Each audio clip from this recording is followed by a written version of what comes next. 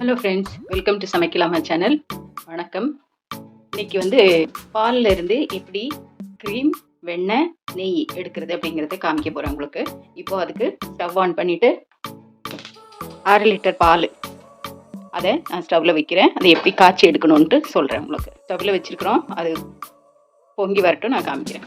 Friends, இந்த அளவுக்கு பால் காய்ஞ்சால் போதும், பொங்கி வர வேண்டிய அவசியம் இல்லை. ஸ்டவ் ஆஃப் பண்ணிடலாம். இதுக்கு ஒரு மூடி போட்டு பாலை ஆற விட்டுறலாம். பால் நல்லா ஆறுனதுக்கப்புறம் அதை ஃப்ரிட்ஜில் 2 to 3 hours வச்சுட்டு அதுக்கப்புறம் உங்களுக்கு காமிக்கிறேன் எப்படி எடுக்கணுங்கிறத. ஹலோ ஃப்ரெண்ட்ஸ், நம்ம பால் காய்ச்சி அதை ஆற வச்சு ஃப்ரிட்ஜில் வச்சோம் இல்லைங்களா, அது ஏடு படியும்னு சொன்னேன். இப்போ பாருங்கள், நம்ம ஃப்ரிட்ஜில் வச்சுட்டு ஒரு 2 மணி நேரம் ஆயிடுச்சு. எப்படி நல்லா ஏடு படிஞ்சிருக்கு பாருங்கள். இதை அப்படியே எடுத்து தான் நான் சேவ் பண்ணி வச்சுருக்கிறேன். இது அவ்வளவும் ஏடு. இதை எடுத்து நம்ம பாத்திரங்களில் அப்படி சேவ் பண்ணி வச்சுக்கணும். ஃப்ரிட்ஜில் வச்சு ஒரு 15-20 நாளைக்கு அப்புறம் இது நல்லா சேர்ந்ததுக்கப்புறம் உங்களுக்கு தோணும், சரி இப்போ அடிச்சிடலாம் அப்படின்ட்டு. அப்போது அடித்து நம்ம நெய் எடுக்க வேண்டியதான்.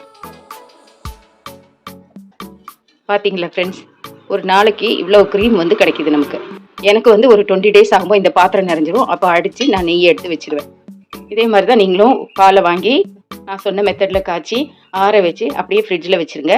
அப்போது இப்படி நல்ல அந்த க்ரீம் ஏடு மாதிரி நல்ல படியும். அதை எடுத்து இப்படி பாத்திரத்தில் சேவ் பண்ணி வைங்க.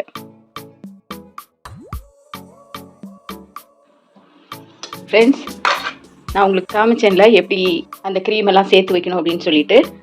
நான் எங்கள் வீட்டில் அப்படி சேர்த்து வச்சது ஒரு 15 to 20 days க்ரீம் வந்து இப்படி இருக்குது. இப்போ இதை நம்ம ஒரு மிக்ஸி ஜாரில் சேர்த்துக்கலாம். நீங்கள் இதை டீப் ஃப்ரீசரில் வச்சுருந்தா 1 hour முன்னாடியே எடுத்து வெளியே வச்சுருங்க. வச்சுட்டு அப்புறமா மிக்ஸி ஜாரில் சேர்த்துக்கோங்க. இப்போது நம்ம இந்த ப்ரொசீஜர் செய்கிறதுக்கு நமக்கு நல்ல ஒரு குளிர்ந்த தண்ணி நிறைய தேவைப்படும். நீங்கள் அதை முதல்லையே ப்ரிப்பேர் பண்ணி வச்சுக்கோங்க. உங்கள் ஃப்ரிட்ஜில் வச்சோ இதில் வச்சோ குளிர்ந்த தண்ணி ரெடியாக்கி வச்சுக்கோங்க. இந்த க்ரீம் எல்லாம் சேர்த்தாச்சு. தேவையான அளவு சில் தண்ணி ஊற்றிக்கிறேன் இதை அடிக்கிறதுக்கு. அடிச்சுட்டு வந்துடுறேன் நான். பாருங்கள் ஃப்ரெண்ட்ஸ், நான் இப்போ அடிச்சுட்டு வந்துட்டேன். வெண்ணெய் எப்படி திரண்டு நிற்கிது பாருங்கள். இப்போ இதை வெண்ணெயை எடுத்து நம்ம ஒரு சில்லு தண்ணி நான் ஒரு பாத்திரத்தில் இப்படி வச்சுருக்கிறேன். இதில் போட்டு வச்சுக்கலாம். அந்த சில் தண்ணியில் அப்படி போட்டு வைங்க. எவ்வளோ அழகாக வெண்ணெய் மட்டும் நல்லா திரண்டு வந்துருச்சு பாருங்கள். சில்லு தண்ணி வந்து ரொம்ப கட்டாயம் ஃப்ரெண்ட்ஸ். ஏன்னா நம்ம மிக்ஸி வந்து ஓடும்போது அது சூடாகிடும். சூடாகும்போது வெண்ணெய் வந்து இப்படி திரண்டு வராது. இப்போ நம்ம அந்த வெண்ணெய் எடுத்தோம் இல்லைங்களா, இதை நம்ம இப்போது சில் தண்ணியில் போட்டிருக்கோம். இதை நம்மளோட பெருவிரலால் இப்படி அமுக்கி அமுக்கி விட்டு பாருங்கள். இப்படி தண்ணி வருதா, அமுக்கும் போது தண்ணி வருதா, அப்படி அமுக்கி அமுக்கி விட்டு ஒரு 3 தண்ணியில் போட்டு கழுவி எடுத்துக்கணும்.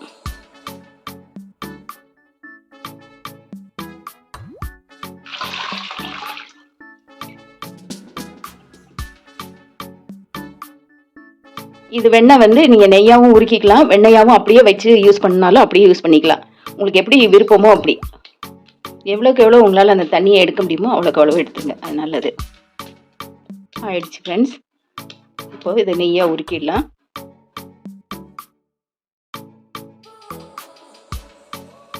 நெய் உருக்கிறதுக்கு நான் இப்போது ஒரு அகலமான ஒரு கடாய் வச்சுருக்கிறேன். இந்த சிம்மில் வச்சுட்டு இந்த உருண்டைகளை வந்து அதில் சேர்த்துக்கலாம். மெல்லமாக உருகி வரட்டும்.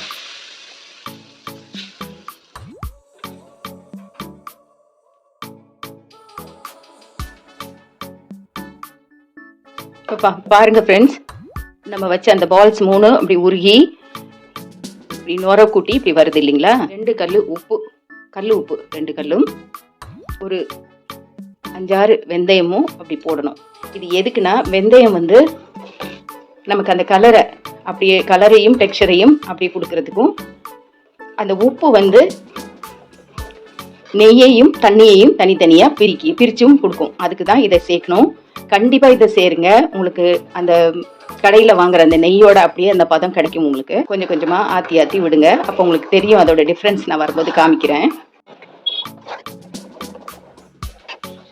நம்ம வெந்தயமும் உப்பும் சேர்த்து இல்லைங்களா ஃப்ரெண்ட்ஸ். அதுக்கப்புறம் இந்த இப்படி தண்ணி மாதிரி வர வரைக்கும், அதாவது தண்ணியும் அந்த நெய்யும் தனித்தனியாக வர வரைக்கும், இந்த ஸ்டேஜ் வரைக்கும் நம்ம அப்படியே கிண்டி கிண்டி கிண்டி விட்டு அந்த ஸ்டேஜ் வர வரைக்கும் ஆக்கணும். இந்த ஸ்டேஜ் வந்தோடனே நம்ம இதை முறிச்சிடலாம். அதுக்கு முருங்கை இலை அல்லட்ட கருவேப்பிலை யூஸ் பண்ணலாம். எங்கள் வீட்டில் இப்போ முருங்கை இலை இருந்ததுனால ஒரு கைப்பிடி அளவு முருங்கை இலை சேர்த்துக்கிறேன். முருங்கை இலை நல்லா பொரியிற வரைக்கும் விட்டுட்டு ஸ்டவ் ஆஃப் பண்ணிவிட்டு கூல் பண்ணிடலாம். வடிகட்டும் போது நெய்யை தனியாக வடிகட்டி எடுத்துருங்க. அப்புறம் அந்த முருங்கை இலையும் அந்த கசடுகளும் தனியாக இருக்கும். அதை வந்து நம்ம யூஸ் பண்ணலாம். அதாவது வெறும் சாதத்தில் அந்த முருங்கை இலை கொஞ்சம் உப்பு போட்டு அந்த இதையும் போட்டு பிசைஞ்சு சாப்பிட்டா கொஞ்சம் டேஸ்ட்டாக இருக்கும். இப்போ நல்லா முறிஞ்சிடுச்சு ஃப்ரெண்ட்ஸ். நெய் இப்போ இப்படி இருக்குது. இந்த ஸ்டேஜில் நம்ம ஸ்டவ் ஆஃப் பண்ணி இதை கூல் பண்ணிடலாம். கமகமன்னு நல்ல வாசம் வருது ஃப்ரெண்ட்ஸ்.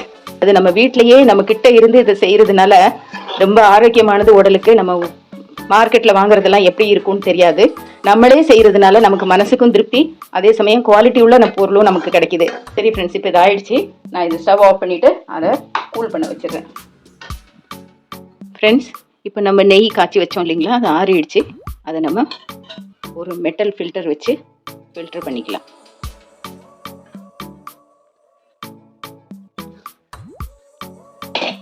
பாருங்க ஃப்ரெண்ட்ஸ், நம்ம இப்போ ஃபில்டர் பண்ணதுக்கப்புறம் எவ்வளோ தெளிவான நெய் கிடச்சிருக்குது.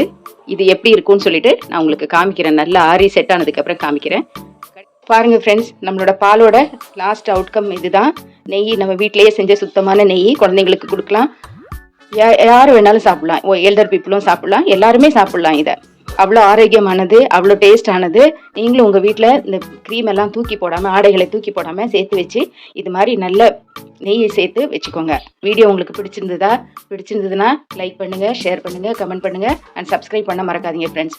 Okay friends, see you in the next video. Bye, take care.